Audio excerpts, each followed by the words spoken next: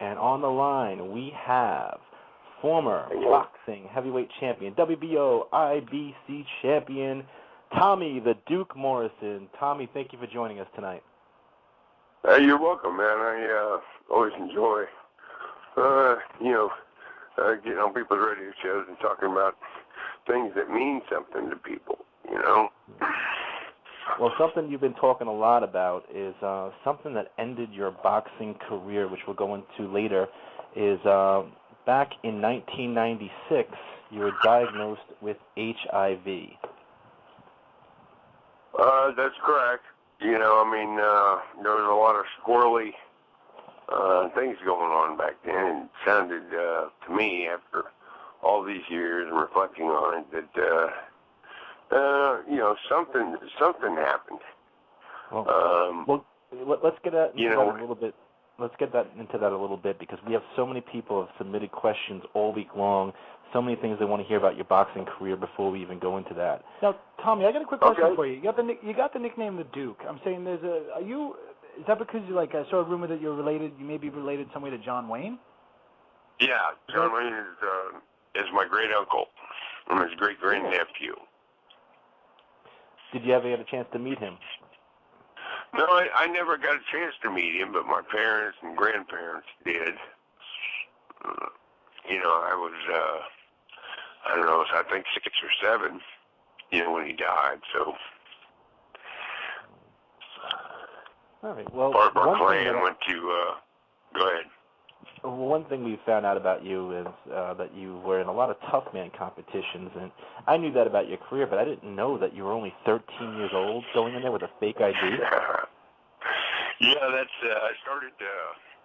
I had to quit school after the 8th grade. My mother and father were, pretty much in each other, in and out of each other's lives for years, but I guess he finally decided to leave. And when he did, it created a money situation at home. We had to eat, basically. So I quit school after the 8th grade and moved out to Woodward, Oklahoma, which is out in the western panhandle. Worked on an oil rig for a couple of weeks, then got a job on a construction site. And I was out of school for about a year. And during that time I was out, my mother went she was a nurse for years, but her license had expired, and she'd gotten her license back, which allowed me, the opportunity to come back to school. Of course, I was a year behind all my friends, and all that sort of thing. But I've never been, the type of individual that would let something like that bother me or hold me back. So, and it actually kind of helped me in sports. Give me another year to mature and get bigger, faster, and stronger. Well, I'm assuming when you're doing these tough man competitions, I'm assuming you're fighting guys that are 2, 3 times your age at that point, with a lot of experience. Yeah. Yeah, I mean, that's the key right there, is that they don't have any experience. I already had 6 or 7 years experience of amateur boxing. And a lot of these guys are on drugs when they crawl through and they go out there and they shoot their wad. They'll come at you hard for 30 seconds and, then they can't hold their hands up. And it's time to go to work, Yeah. So I fought in 22 of them altogether. Won them all except one. I ended up running into,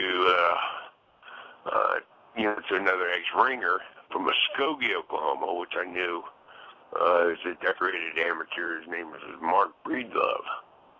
And he was obviously, bigger, faster, stronger, more mature.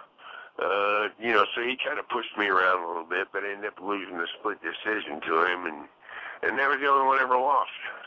I actually even fought my older brother a couple of times. In the tough man competitions?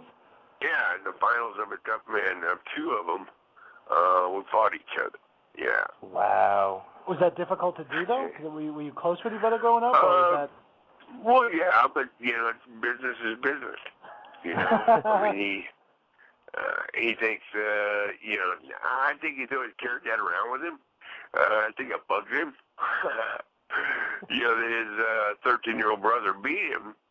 Was 15 once and 13 the time before that. So I can see as a 19, 20-year-old big brother that might be a little bit of a tough pill to swallow.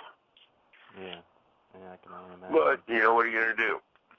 Yep. I was in it to win it, brother. Well, you talked about amateur career. You had a crazy amateur career. Is this true? The amateur record is 343 wins? No. I was 222-20. Jesus. I had about, I think I had like 19 Golden Glove titles, and back then things were different. It was called, if you're familiar with the AAU. Mm-hmm. Now it's USA, ABF, and, it's all pretty much like boxing at the professional level. Everything's politics, and, nothing's fun anymore. Yeah. You always got all these, these assholes that think they're running shit. And all they do pretty much is muddy the water. Well, not long after you came into professional boxing, you landed the role of Tommy Gunn in Rocky V. How did you land the role, and what was it like working with Sly? Well, it was awesome working with him. In '89, I had a number of fights on ESPN. Every 2 weeks I was fighting. And, they'd been looking for somebody, and they had auditioned like over 650 people for that part. And his brother, I don't know if you're familiar with Frank, one hell of a musician. Anyway, he was heading home watching ESPN, and I happened to fight that night and knocked the guy out, probably in pretty spectacular fashion, I'm sure. And, he called his brother and says, I think I found your guy. He saw me in an after-fight interview, saw that I could, talk in complete sentences, which not many of them can. And it went from there. I had another fight 2 weeks later in Jacksonville, Florida. And before the fight, my manager, who at the time was Bill Caton, called me down in the lounge the night before the fight. And he showed me a letter was written to, it was written to me, but they sent it to him from a guy named John Avildsen, who was the director of the original first Rocky movie. Okay. Wanted me to come out for what they call a reading. And they wanted me to come out, the next night was a fight, and come out, the morning after that. So that's where I went. I flew out there and met the director, met one of the producers, and worked with a stuntman for, about 20, 30 minutes, to give and take punches and, that sort of thing, so that, fight scenes would look realistic. So I went through that, and they sent me back home. They sent an acting coach home with me, and I worked with him every day for 2 weeks. And then I had another fight, I think in Phoenix, and went out there and fought. The next day went out for what they call a screen test.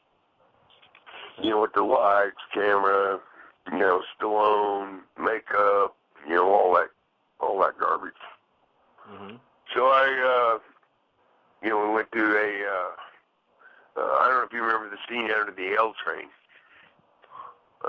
Where I come to him and said, "Man, Yep. you're all I've got." Mm-hmm. You remember that scene? Absolutely. Yes. I know the movie by heart. Yeah. One of our Well, that's the one. That's the one we did. That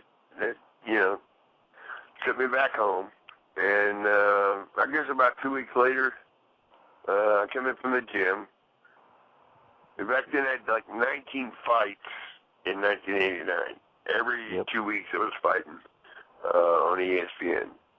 And, yeah, I stayed busy because as we were talking a while ago, I came from the tough man circuit. I didn't have, the advantage of fighting international competitions like the Bows and Lewises and Mercers.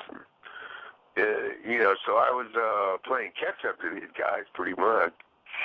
I went home and I come home from the gym, and my message was blinking, and hit the message, and it was Stallone.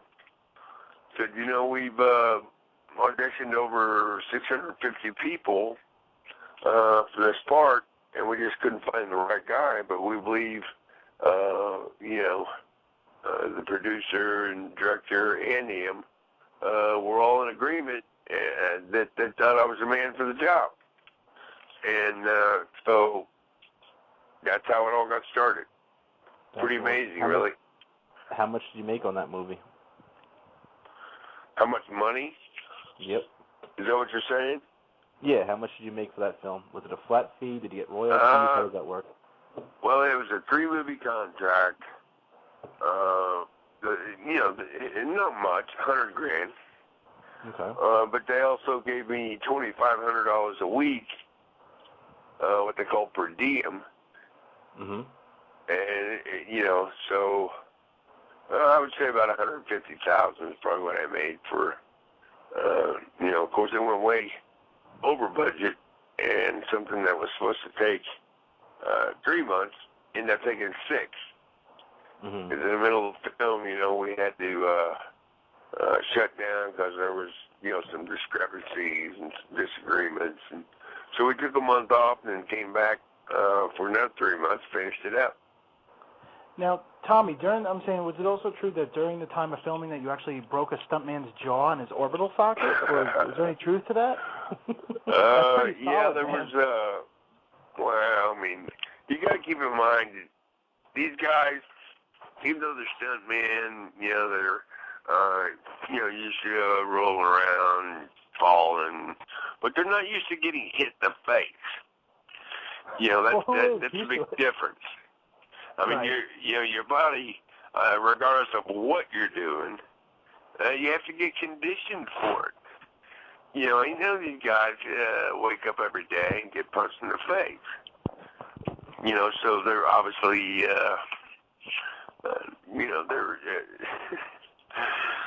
their faces or orbit bones. I ended up crushing this guy's orbit bone.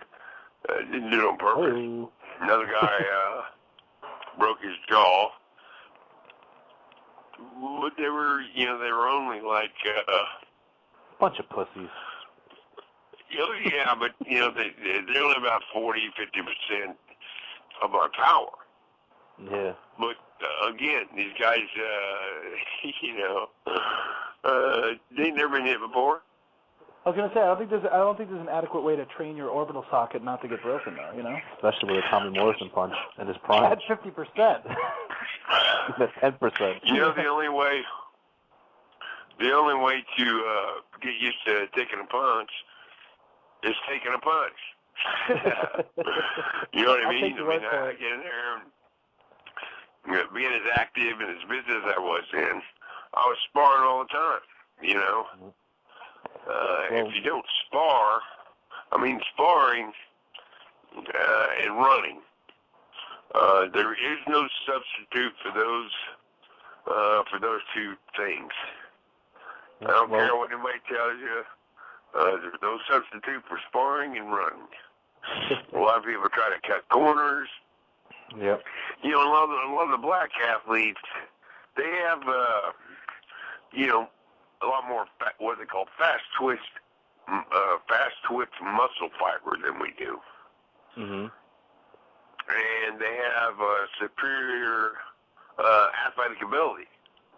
But what they all have is a weak kicker. They have our problem. You know what I mean? So you're saying black boxes have a weak ticker? They don't have any heart, dude. That's what I'm saying.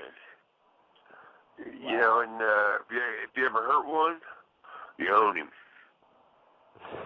Jesus. And I've heard quite a few fellas. Well, speaking of hurting a couple fellas, 28-0 record before you fought Ray Mercer. You beat George Foreman for the WBO championship. You fought Lennox Lewis. How close were you to a fight with Mike Tyson? That was the one I always wanted to see when I was younger. The Great White Hope against Mike Tyson. You know what? I had just signed a $38.5 million contract. It's a 3-fight contract with Don King. As a matter of fact, the very first of those 3 fights was the one when I was supposed to fight Stormy Weathers in Vegas when they sent me to take a test, and what started all this this fraud that kicked me out of the sport. Now, what you're referring to is in '96 when your boxing career got cut short due to a blood test coming back HIV positive from the Nevada State Athletic Commission. Yeah, that's exactly what I'm talking about. Did now, you know that? How did they? Well, we'll inform get you into that though? later. Yeah, how did they inform you that?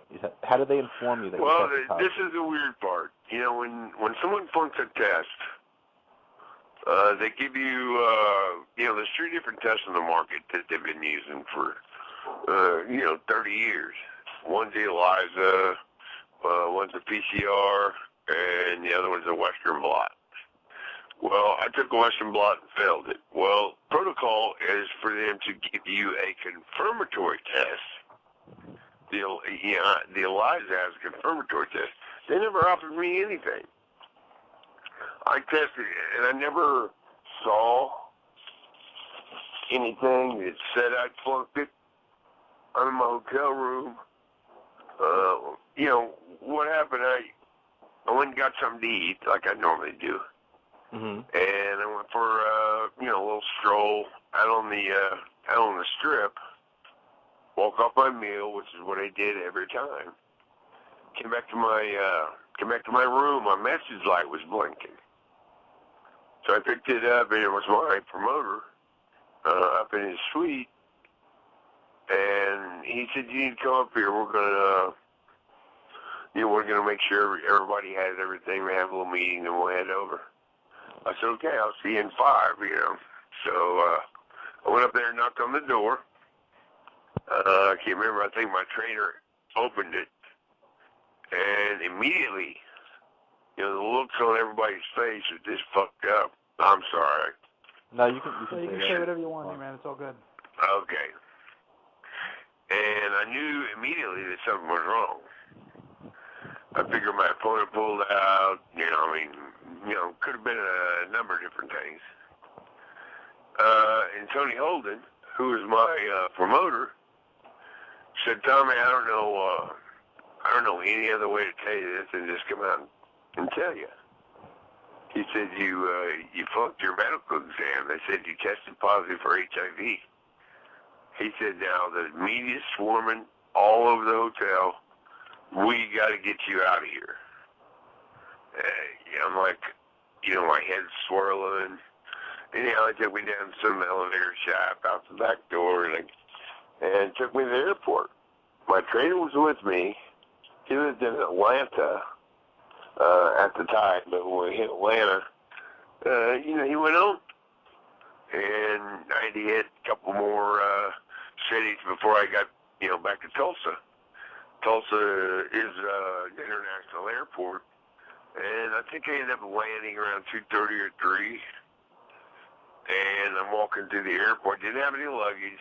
They said, "Just go. We'll bring it to you later," which I thought was kind of weird. Nobody ever called me, showed me There was no second test, no confirmatory test. It's like, okay, you can't fight anymore ever, get the fuck out of town, pretty much. Mm. So I hit Tulsa. Like I said, it was about 2:30 or 3 in the morning. I can't remember exactly. So you're by yourself this whole time, thinking that you're by yourself. Yeah. They just told you you have HIV. What's running through your mind at that point? Well, my whole team, which is about 7 or 8 other people, stayed there to watch the fight. Oh, shit. Yeah, so I thought that was weird. My trainer went with me, but he got off at Atlanta, and anyway, I walked through the airport about 3 o'clock, and I had a cap on, and I walked past one of those little bars or whatever that's in the airport, and there were about 30, 40 people all gathered around the TV, and I looked up on the TV, and it was me. I was on there, so I just kind of pulled down my hat and went on. So that's how I was, excommunicated from a sport that I obviously helped make popular. Now, at that point, how do your friends, your family react? Do they alienate themselves from you? Are they scared that? At that point, it was 1996, and AIDS wasn't even though AIDS was in the forefront. What was really known about HIV and AIDS is not the same as what's known now. Did did they alienate themselves? People didn't even know what it was back then. You mention HIV to somebody, they're like, what are you talking about? But fortunately, I went into a Walmart store one time and came out, and somebody had put in these little bitty cards, almost like a small flyer type thing, all over everybody's window. So I reached out and got it, and started looking at it and started talking. It had a picture of a guy named Dr. Richard Wilner from Spain, and he was injecting himself with HIV positive blood. Well, on the back, hey, guys, when we get into this here in a minute, you're going to be blown away. HIV does exist. The government created it all through propaganda. I mean, there's not one doctor on the face of the planet that can show you, me, the neighbor, Scooby-Doo, Jimmy Crack Corn, can show you a picture of what this virus looks like. Now, on the internet, they do have a couple pictures of some computer-generated picture of HIV, and it's a beautiful picture. I mean, all kinds of fluorescent colors, and but there's a process that before a disease is accepted, into the medical whatever. There's a 7-step process, they have to go through to isolate, a virus. Well, Dr. Robert Gallo, I don't know if you've ever heard of him. Yep, I know who he is. Have you? Yeah. Yep. Well, he's, I call him the inventor, because he didn't discover shit. But he damn sure invented it.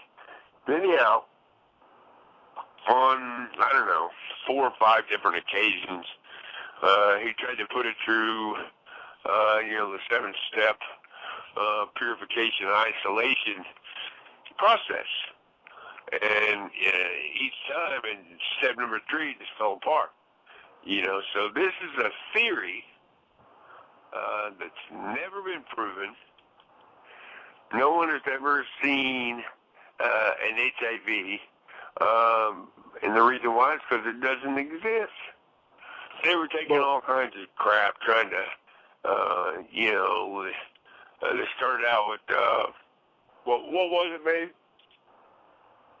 The disease, leukemia, right? They took leukemia, mixed some of that in there, a little duck shit, a little pig urine, trying to get, because they can manipulate something if it's there. If it's alive, they can manipulate and get it to do pretty much what they want. But this is just like somebody spit a loogie in a petri dish. There was nothing live in there. It's crazy. Now, but when you're in that situation where they tell you, okay, you have HIV, do you instantaneously, as soon as you get home, go to a doctor, get another test? Did that happen right away? Well, a couple of days later it did. I had to have a big press conference and get up there and say a bunch of bullshit that I didn't believe. It's all simply because I found that flyer on my window. Talking about, on one side of it, they got this doctor injecting himself with HIV-positive blood. And that was in Spain. Did you ever hear about anything like that over here? Nope. I hadn't. Nope. No, that's and then, there, it would take me 3 days to tell you everything that has transpired since 1996. But as far as when you things, went home, weird things. Did you take another test right away? Was that something that was done, and was that confirmed that it was HIV a couple of days positive later, at that I point? went to Tulsa. But by then, see, this is a government thing.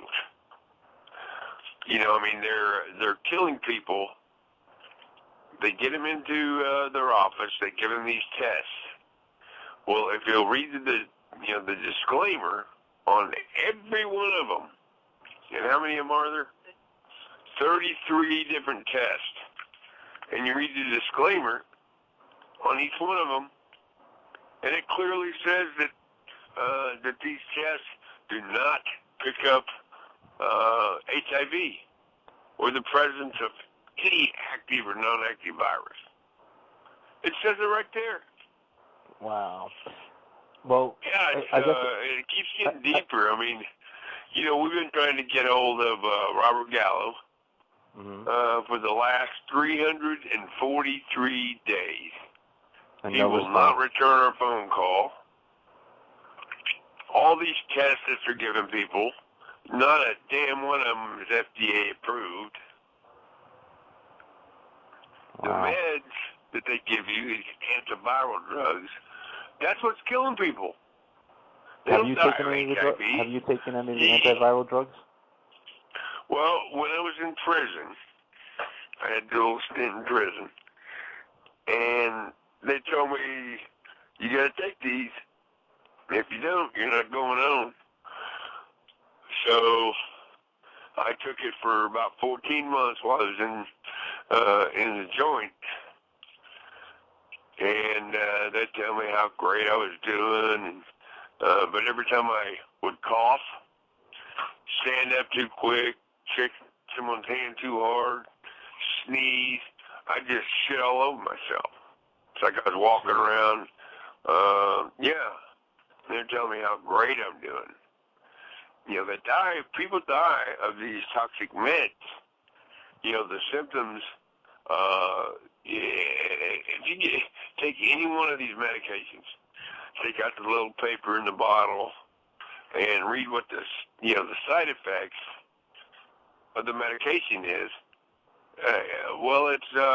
it matches word for word for the side effects of AIDS medication. Wow. Tests detect up, and here's something else. All these tests they have on the market, they also detect up to 80 other contagious ailments. Lupus, diabetes, etc. Huh? Non-contagious, I'm sorry. Well, lupus is contagious, isn't it? Okay, I guess. Well, at that point, though, when you first get diagnosed, one of the things you said in that press conference, and I know you said it was bullshit before, is that you lived a fast and reckless lifestyle that included unprotected sex with multiple partners. At that point, A, did you have a girlfriend? And B, at that point, did you have anyone come to you and say that they contracted HIV from you? Have you ever had that conversation with anyone? No. And that, that was a concern of mine. I didn't think my phone would ever stop ringing. And I got around back then. Mm-hmm.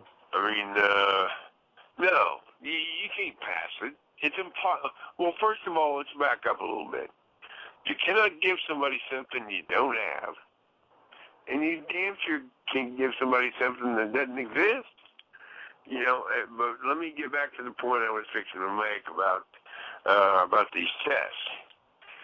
There's 80 other contagious ailments, that can cause a false positive. If you have fungus on your feet, which I don't know, I've never seen a fighter that doesn't have fungus on their feet because, you're in boxing boots all day sweating, and I've had a fungus on my feet right out of the womb. And but at what point, though? Inherited a sinus infection. Let me finish so you can understand this. Go ahead. I have fungus on my feet. What else do I have? Huh? Yeah, I had, I've had what I thought was allergies, but the doctor told me I've had, a sinus infection since birth. My dad hooked on nasal spray, and, he obviously passed it on to me. And again, let's keep in mind that, even the pharmaceutical companies write in their disclaimers, it does not detect HIV infection. And if you happen to look up what one looks like, it's a beautiful picture. It's something I'd throw on my wall if I could find a poster size. But anyhow, this is all the biggest form of bullshit you've ever seen. But we've been making some headway. People are starting, and what's amazing to me, timing is everything. I heard that when I was younger, didn't really understand it. Mm-hmm. But now I do. Back then I was talking about this stuff. Let me tell you an amazing story. Still to this day, I have no idea how this happened. But anyhow, the next day after,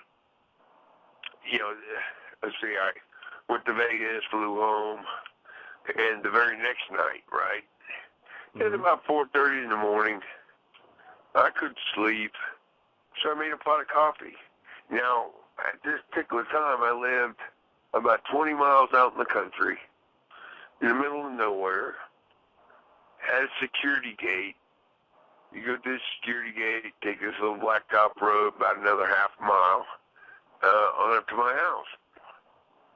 Well, it's about 4:30 in the morning. I made some coffee, made me a cup of coffee, went out, and sat in this big wicker chair that was on my front porch. And I'm sitting there just kind of, wondering what my life's going to be like now.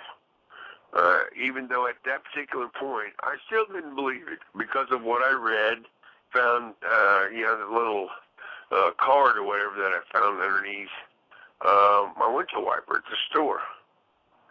And I'm sitting there drinking my coffee, and I look down, and there's a brown, plain package laying on my porch. All right, I've got 5, 6 dogs. I got 2 cougars, a leopard, got 3 monkeys. I mean, nobody can even get close to that place without these animals going wild, right? Yep. But they did. Here's this package. Well, I pick it up, open it, and this is amazing. On the cover of this book is the exact same picture that I saw on the little card underneath my windshield, right underneath my wiper. Wow. The book was called Deadly Deception by Dr. Richard Wilner. The guy's from Spain. This book is blackballed in the United States. It's actually against the law. You have to have it in your possession.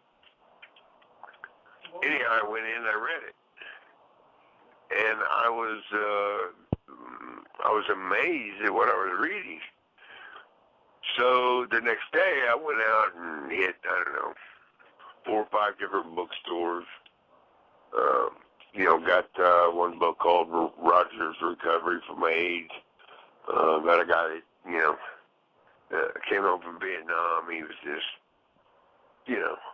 over there smoking. All those dudes did truckloads of drugs. I mean, that's pretty much what that war was all about anyway. But anyway, I read that book, went out and got about 6 or 8 other books regarding that subject, read them all, and they all come to the same conclusion. This is all bullshit.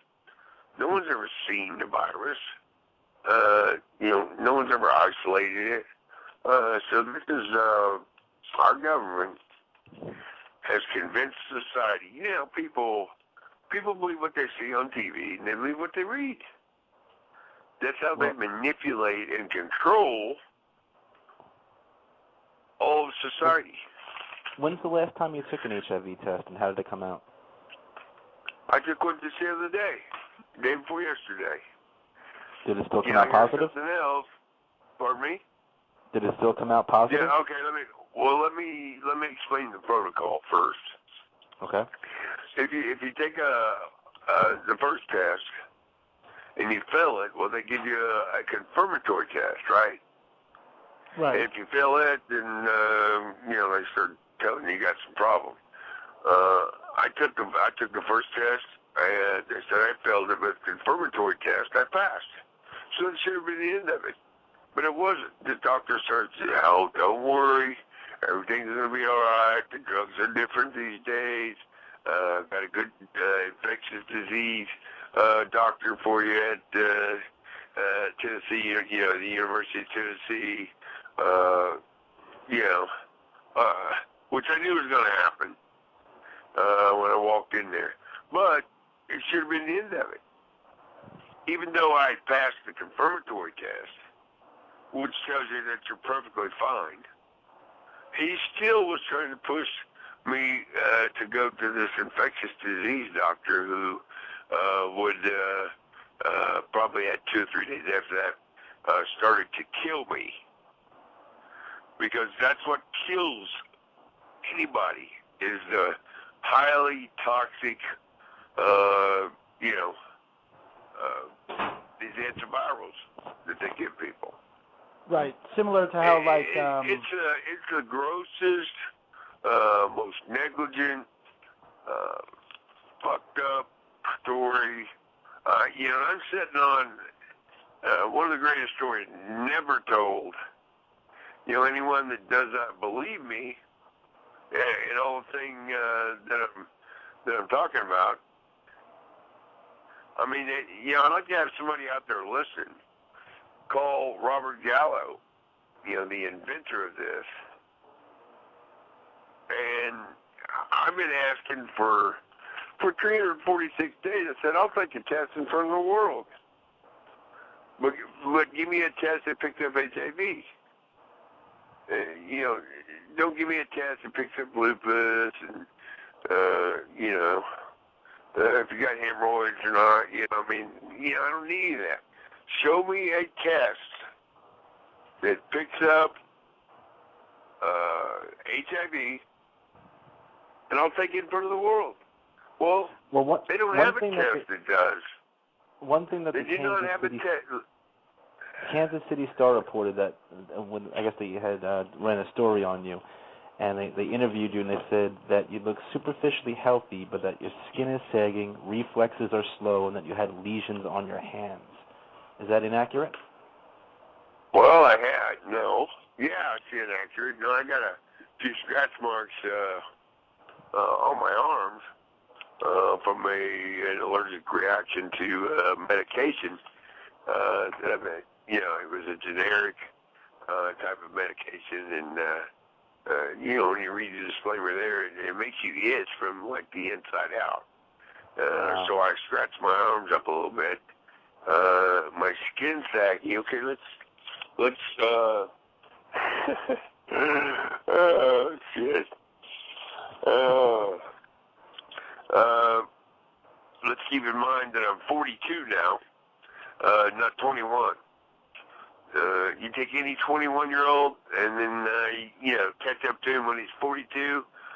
Come on, man. He's going to look different. Wouldn't you agree? Yep. What am I supposed to, my fucking Superman? Am I supposed to, even Tommy Morrison ages. Even Tommy Morrison Even ages. Tommy Morrison ages, but you know what? I'm going to be honest with you. Damn, guys, I'm a lot better looking today. Well, speaking of which, do you have a long-term girlfriend now? Is that what we hear? Pardon me? Long-term girlfriend? Is that what we're hearing? No, I'm married, dude. Oh, you're married? Yeah. So, yeah, we got married. Do you have unprotected sex? Pardon me? Do you have unprotected sex? Unprotected sex? What? Dude, I've been having unprotected sex, since 1989 when all this, when I got into, actually it was 88, November 10th of 1988 is when I had my, Has she ever tested positive for HIV? No, she's never tested positive for HIV. Wow. Let me do. So that should be proof of the pudding right there. Okay, I got another story. This is amazing. We were talking to this doctor, and he had this, I don't know what kind of dog it was. It was high priced, one of them. And supposedly, actually, it's fact, his dog has HIV. Okay, now let's back up a little bit. HIV, you know what that stands for? Human. The H is human immune virus. Now, how could a dog get human immune virus? Wow, that's a good question. It's a damn good question. I got another funny question for you. It's a human virus. What did you say? No, I got another question that I had read that in an interview you had said that you can teleport yourself and regrow limbs. Is that true? Well, I've never regrown a body limb, but science has proven to have the ability, to do that. And I think, I did had a very, very strange experience one night. What happened? Now let me ask you a question. Mm-hmm. Back in the biblical days, they built these palaces that were, they were astronomical. Mm-hmm. Right? Yep. Without a crane, without anything. How do you think they did it? Who knows? They had these stones. One stone on a pyramid would take 400 people to move. How do you think they did it? I'll tell you how they did it. They did it with, what they call telekinesis. People move things with their mind. I've always heard, been told, your mind's the strongest thing you have. Yep. Now, science has proven that we have the ability to regrow body limbs. But back then, we used 80% of our mind. Back before sin entered this planet, people used 100% of their mind. Can you even imagine that? Einstein, I think it was like 12%, and he's the reason we have nuclear weapons that could destroy the planet. I see there being some kind of nuclear thing going off at some point, but I don't believe, that it's going to be the whole planet. The Bible talks about people's eyes, consuming in their sockets. That sounds like a nuclear blast to me. But I'm not going to get into that. Even though I'm a student of the Bible, and I love reading it. I love reading spiritual books. I love, getting other people's perspective. And, I just love to educate myself spiritually, Wow. Well, you said you had a funny story about the teleporting yourself. What is that? No, I didn't say it was funny. Oh, you said well, I was I was supposed to meet my dad at this little seedy, it was a real seedy fucking place. I mean, it was about midnight or whatever. And I'm one of those type of people that feel things. I just feel certain things. Anyhow, I walked in, and there was only about 3 or 4 people sitting, back in a booth in the back left-hand corner. Mm-hmm. Well, as soon as I walked up, I smelled gunpowder. Like something had just happened in there, is the point I'm trying to make. Okay. And when I walked in, these guys were looking at me, and immediately I knew that they knew what I knew.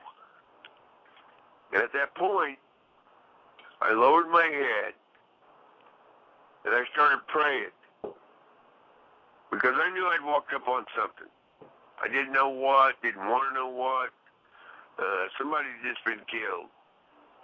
Is the way I took it. And I started praying. When I opened my eyes, I was standing outside on the curb in front of this place. I'm like, wow. So I believe in things that most people don't have the ability to believe in. In order to believe in some of the things that I believe in, you would have had to at least research, study on. Otherwise, something like that happens. People, say, "Oh boy, that was squeaky dink." Things happen to people all the time. They don't have any idea what just happened to them. But if you can connect to things like that, and you've read about it, you've researched it, you've talked to other people about it. It's like weapons and tools that we have available to us all around us, but nobody knows how to get to them.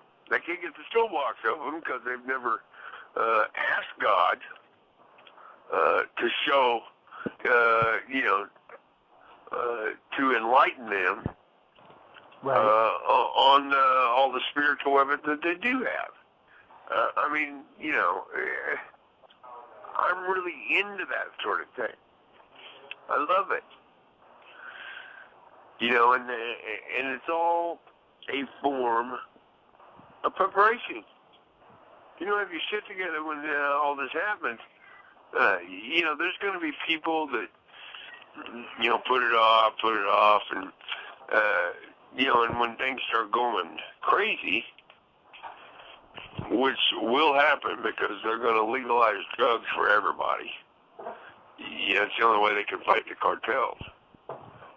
Is to legalize every kind of drug. You just get it from a doctor. Doctors are going to become our drug dealers. Wow. That's what's coming. It ain't rocket science, none of this shit, but... Well, we have a ton of people that are dying to talk to you, a ton of people on our phone lines right now. So let's take some phone calls. We have Mac from Long Island, New York. Mac, you're on the line. Hey, how's it going? Hey, Mac. What's going on, Mac? Hey, what's up? Hey, Tommy, I just wanted to ask you something. Well, first off, I want to go on the record and tell you about that book. I don't know. I mean, I don't know if I really agree. I mean, about that book, how can the United States, who believes in freedom of speech, ban a book? I don't understand. Well, I don't know. I mean, I'm not a scientist. Pardon me? Well, you said it. Well, hey, dude, I'm not denying that I said it. You asked me, how can they do that? I'm like, I don't know how they can do it. I just want to go on the record and say Obama's a black man. I'd like to punch him in the ticker, too. Yeah, I think there's a line of people that would love to do that, but he fits your agenda. I'm not considering talk all night about government conspiracies and and I'm right in the middle of one of them. The whole HIV thing is the biggest. It's the biggest medical fraud in the last 500 years. Plain and simple. We got Angelique from California. Angelique, you're on the line. Hi, Tommy. How are you? Hi, Angelique. How are you doing? Good. I just want to say it's such an honor to talk to you. To the boxing world. I mean, what you accomplished was just amazing. You're a great fighter. I watched all your fights. And I wanted to ask you about your belt. I heard there's a guy named Ron Scala. Does he have your belts? Did you ever get your belts back? No, I never got them back. But I'm going to. I got people that they're going to help me get them back. He's a very shady kind of guy, don't you think? Pardon me? He's a very shady kind of guy. He's a liar. Yeah, I know. I've had a couple of conversations with him. Yeah, I was just wondering if you were able to get your belts back because I haven't gotten it back yet. He said what he said was one of them, but didn't even look the same. He'd made a replica of my original belt. I'm probably going to sell it on the internet and all that, but this guy. I had a grand opening of a boxing gym here it was in Wichita, where I just recently moved from about 4 months ago. He shows up. He's one of them ball hugger kind of people, Have my belts laying out on the table for people to see. Gives me some bullshit card called Champ Belts. He says, I'm going to refurbish your belts. He said, he's not going to charge you a dime. So I'm like, all right. So I gave him my belts. It was the dumbest thing I ever did in my life. Yeah, I take them back. I don't know how many weeks went by. About 2 months went by. And, I called him up and said, listen, I don't know, how long it's supposed to take to refurbish a belt, but there wasn't really much wrong with them. He's like, I'm not sending them back to you until I took an HIV test, proving that I didn't have it, or that I did have it. And I've been dealing with this asshole for, I don't know, 6, 7 months now. And he will not, hasn't, I got to file a police report in Kansas, and then also go to Pittsburgh, which is where this asshole lives, and file a police report there before I get anything done. Wow, that's crazy. Incredible. Yeah, that is fucking absolutely crazy. We got Mikey from Florida on the line. Mikey, you're on the line. Hey, what's going on, Tommy? How you doing? What's going on, Mikey? Not much, man. Not much. You getting back into the... Well, actually, I got another question. Before I ask a question, because Mikey, if you're on you give my speakerphone, ex-girlfriend AIDS for me? Mikey, are you on speakerphone? Yeah, I'm on a Bluetooth. All right, can you pick up the regular phone? I can barely hear you. Oh, okay. 1 second. Hello? We can hear you, Yeah. Mikey. Go ahead. Go ahead, Mike. Mikey, go ahead, Mikey. All right, Mikey, we're going to put you back on hold for a second. We're going to go to Bob in New Jersey. Bob in New Jersey, you're on the line. Hey, Tommy, what's up, brother? What's going on, man? Just trying to get it together. I'm from Jersey, right? There's a lot of AIDS around here. You were saying that maybe the aliens could help you with that HIV telekinetically somehow. Is that possible? I didn't say anything about aliens. Yeah, you said that telekinetically they moved all the pyramids around and stuff like that. No, I'm saying that somebody did. I didn't say it was aliens. Was it? Very well could have been. It wasn't humans, was it? I think. Are you gonna let me speak? I think humans have the ability to do that. I mean, if you can regrow body limbs, you can damn sure move a rock. All right. Well, then they should be able to help you with HIV. They could telekinetically remove it, right? Well, you think? Remove what? It like doesn't germs, exist, disease, my friend. Maybe your dick. Well, maybe cancer or something like that. That's for real. But I don't know. I don't know too many aliens. Do you? And if you do, I'd love to have their number. I agree. We got Buddy from Florida is on the line. Hey, what's up, champ? How you doing, brother? All right, dude. Hey, I was a big fan of yours back in the day. Loved Rocky. I remember watching your fight with my family against Foreman, and I forget that Russian. I'm going to be back in the ring before too long. That would be great, dude. I forget the guy's name.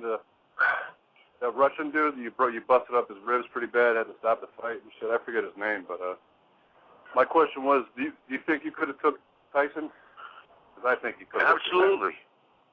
Absolutely. That was, I had to play catch up to a lot of these guys. They had international competition, Olympic, I came from a tough men's circuit, which is why, I stayed so active, fighting every 2 weeks there for about a year and a half, 2 years, honing my skills. Absolutely. The night that you think they were, that he fought Peter, let me finish. Hang on. The night that it pisses me off when people ask me a question and won't let me answer it.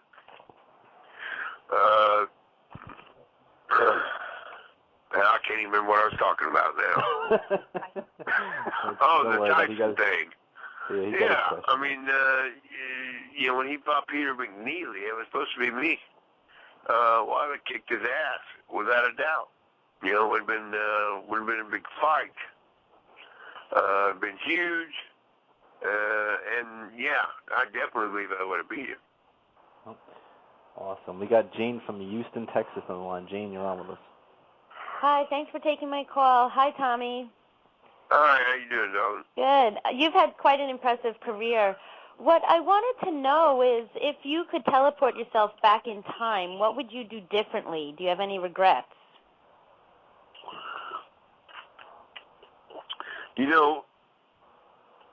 After, I don't know, what has it been, 96? After 15 years, yeah. I mean, I don't know anybody that would do something, for 32 years of their life and they wouldn't look back and, realize that, yeah, I've done a lot of things different. I would have not had so many. I would have not had so many people around me. Mm-hmm. You get these ball hugger people, the entourage. People are all there trying to get a crumb fall off the table. Mhm. But at that time, I didn't really care about any of that stuff because I had my own stuff to worry about. I had to stay focused. And, what was going on around me, I really didn't pay that much attention to. Now, Tommy, I got a real quick Rocky V question. Do you still have the Tommy gun jacket, the blue and white jacket? Do you still have that? You know what? It's somewhere in my storage. I haven't seen it in years. But, yeah, I believe I do still have that jacket. All right, we got Mikey back from Florida. Mikey, maybe we can hear you this time. Thanks for letting me come back. Oh, much better. I was just wondering, Tommy, I have a real bitch ex-girlfriend. If I give you her address, can you give her AIDS for me? I can't stand her. Her mom, give her mom AIDS for me. That was... Her mom called my probation officer. That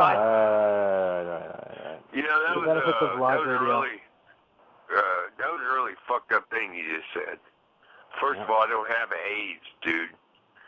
You need to educate yourself before you call in on programs like this, or otherwise you sound like a fucking idiot. Oh, I agree. You really kind of did sound like an asshole. Chris from Hawaii. What kind of question is that? Yeah, that's ridiculous. Chris from Hawaii put a good question on. Aloha, Chris. Hey, how's it going, Tommy? I'm doing all right, man. Hey, what's going on, country boy? Not much, bro. Just wondering, man, you gonna be in Fight Night Champion 2 for EA Sports? Yeah, I'm supposed to be. I already went out and did, they're doing, like, behind-the-scenes type stuff. And I already went out and did my filming and all that. Yeah, I'll be in that. On with Rocky and in the prison, a little stay in prison. It's pretty cool, bro. So, do you have any plans on fighting soon, or what? As a matter of fact, fighting. Yeah, I do. But at this particular juncture, I really don't want to say where it's going to be because then I have to deal with Lukanov and them running up there, doing the same thing they always did, right? Right. So, but yeah, probably, I would say the end of October, early November. Hey, so what do you think about that bullshit about Hay running his mouth for 2 years, wanting to fight Klitschko, and when he got in there, he didn't do shit? Well, I mean, that's how you promote yourself. I never was impressed with David Hay. I think he's basically a puffed up cruiserweight. Klitschko, I would love to fight that guy. I got the combination. Anybody that's ever went out there and came at him and fought him has knocked him out. You go out there, and first of all, you're scared, so you run off the bat. Running, and he's gonna, the long jab, and he's gonna dissect you, and sooner or later he's gonna get you if you fight his fight. But if you don't fight his fight, you go out and you get in his ass, like Ross Purity and Corey Sanders. Those big guys aren't used to being forced into a fight in the first or second round. They gotta go out there and move around 5-6 rounds before they find the range. But it's hard to find range when you're on someone's chest, breaking their ribs. And that's exactly what I don't think Klitschko would go 2 rounds with me. I agree. Tommy Morrison, my favorite boxer of all time. We got, hold on, there's a bunch of calls here for you. Tony from South Dakota. Tony, you're on the line. Hey, Duke, what's going on? What's going on, brother? You doing all right? Yeah, I'm doing all right. You know what, though? All right. I had a really bad sore throat once, so I can really sympathize on the whole AIDS thing. The whole AIDS thing? I had a really bad sore throat. Who would win the fight, though? AIDS. You? Who would win the fight with you, AIDS or Magic Johnson? Well, let me give you a little info on that.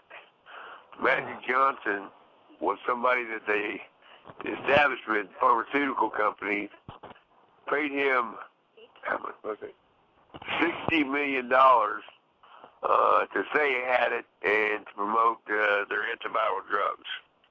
I think they were planning on coming to me for that also, but I was one of those guys that was completely opposite end of the spectrum. So that's what's going on there. You think they paid Magic Johnson $60 million to say that he had HIV? Absolutely. Paid him $60 million. He quit basketball. Opened, I don't know, 10 or 12 movie theaters all over. What do you think he got that money? He got it from them. They paid him $60 million to promote their agenda. Now, there's a lot of things that, the layman person, meaning the guy on the street, they have no concept or no education. Do you think that Magic Johnson actually has HIV or AIDS? No. Or they just paid him Hell no, $60 million he doesn't have HIV. He doesn't have HIV.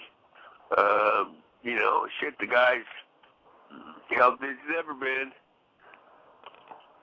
But this country is, it was founded on religious principles, but maintained by deceit. I mean, nobody tells the truth, especially our government. Mm-hmm. Well, we got a couple of people that are dying to talk to you before we let you go. We got Darren from upstate New York. Darren, you're on the line. Hey, Tommy, how you doing? I'm doing all right, man. I'm doing good. Hey, I just want to throw it out there. I'm a boxing writer. I've been doing writing for a while now, and I've been covering the whole Morrison saga for some time. And I want to verify what Tommy's saying here. Yeah, absolutely. I've been trying to contact Dr. Gallo and his staff myself for several months now, and it's impossible to get two simple answers. Can I have the HIV virus test, and can I see a photograph or some proof of the actual virus? And I've got no response either, so Tommy's on point with that. Really? I would love to do an interview with you, if you don't mind. Absolutely, Tommy. Yahoo. But I went down to Montreal when the Duke was supposed to fight Eric Barak back in February. I went down there. I met with you briefly, Tommy. I went down to watch you knock out Barak. And as we all know, it didn't happen. They shut you down. But I want to put it out there, and I've said this before. I'm afraid to get in the ring with Tommy Morrison, but it's not for fear of catching HIV. It's for fear of that left hook. Yeah. Well, because again, Tommy Morrison looked like he could knock out a mule. Well, and again, you can't give somebody something that doesn't exist, guys. People always sell right over that, even though you tell them HIV does not exist. Just like those horses with wings don't exist. Well, it depends on how much drugs you've taken, but but anyway. We got two more callers for you real quick, so I know we're on limited time here. We got to wrap things up, and they've been waiting forever. Sorry about everyone else. Who was the guy I was just speaking to? We actually have him on hold. I want to tell him. I want to say something to him. I'd like to do an interview with you, and you can get a hold of us at what? Tommy the Duke Morrison at yahoo.com if you're still listening. Because we'll I pass think it along to him as well. Okay. We have him on hold to pass it along. All right, two more questions. We have Jennifer from Chicago. Jennifer from Chicago, you were on. Oh, hold on one second. There we go. Jennifer from Chicago, you're on the line. Jennifer? Mr. Morrison? Yes, ma'am. How you doing? How are you? I'm doing great, thanks. Can you tell us any famous actors or actresses that you banged? And are you still sporting a mullet? No, I'm not sporting a mullet, and I would prefer to keep that in my hat, thanks. Good question, though. Yeah, this is a good question. You're not going to give any dirt? Anyone famous that you banged in your day? No, shit, no. I'm not going to talk about that sort of thing. Okay, well, we got one more. Radio, well, tell me afterwards. I'm dying to know. We got Shawnee. Shawnee from Boston. He's a regular caller. He's got a speech impediment, so bear with him. Yeah, just be patient. Yeah. Shawnee, you're on the line. Tommy, I know that the TV show My Two Dads was based on your relationship with your two dads, Jim and Van. How did it make you feel that they put a girl in the role as you? I mean, I would find that pretty insulting. Okay. Well, I don't. I have absolutely zero information about what you're talking about. I have no idea what you're even talking about there, brother. It sounds like you need to chill out and quit probably drinking battery acid or something. And we got one more, Steve from New York. Steve, you're on the line. Hey, Tommy, huge fan of yours. I was just wondering, I'm a little concerned because I had a sore throat the other day. This guy's just copying the other guy. Jesus Christ. You had what? On that note, he was just copying another caller that was on before, so that was okay. What a bogus question. So, Tommy the Duke Morrison. Yeah. Tommy the Duke Morrison, where can people reach you for more information about everything we talked about tonight? Tommy the Duke Morrison at yahoo.com. Okay, you on Facebook or Twitter or anything? Am I on Facebook or Twitter? I'm on Facebook, but I don't get on there a lot. I mean, but my wife does, so, you know. Your wife who does not have AIDS. Or HIV. No, she doesn't have AIDS. She doesn't have anything. Exactly. You know, AIDS is, let me explain something one more time. HIV and AIDS are two completely, well, one doesn't exist at all. Now, AIDS is, that's a for real deal. I mean, that's like depleted blood. People that, their blood's so fucked up that, it's depleted, basically. But HIV does not exist. And you cannot give, let me finish, and you cannot give somebody something that doesn't exist, or even if it did exist. I tested this day before yesterday. You cannot give somebody something that you don't have. And people that put HIV and AIDS in the same category, obviously are people that believe what they read. I mean, AIDS is a syndrome. It's for real. HIV is something that was created through the media and through the TV. Plain and simple, in the story, and it pisses me off when people come at me with that shit. No, I understand why. All right. But Tommy Morrison, we thank you for the time. You so much. I really appreciate the interview tonight. Absolutely. Anyone who wants to get a hold of you, Tommy the Duke Morrison at yahoo.com. You can also search on him for Facebook. His wife goes on there, so I'm sure if you send him a message on there, I'm sure it'll get to him. Yeah. And thank you so much, Tommy, for coming on the show tonight. All right, keep in touch, my friend, all right? I enjoyed talking to everybody except two people that were morons. But hey, what are you going to do? Right, exactly. All right, thanks again, Tommy. We'll take care. Keep in touch, buddy. Take you care. guys have a good evening. God bless. You too. Tommy the Duke Morrison. Wow. Definitely has a unique perspective on the whole HIV/AIDS thing. I'm saying. I'm just blown away. I don't know what to say. I mean, he just claimed that Magic Johnson got paid $60 million to basically to say he had AIDS. Say he had HIV, I think it was. Oh, HIV. Yeah. Excuse me. Wow. Blown away. Wow.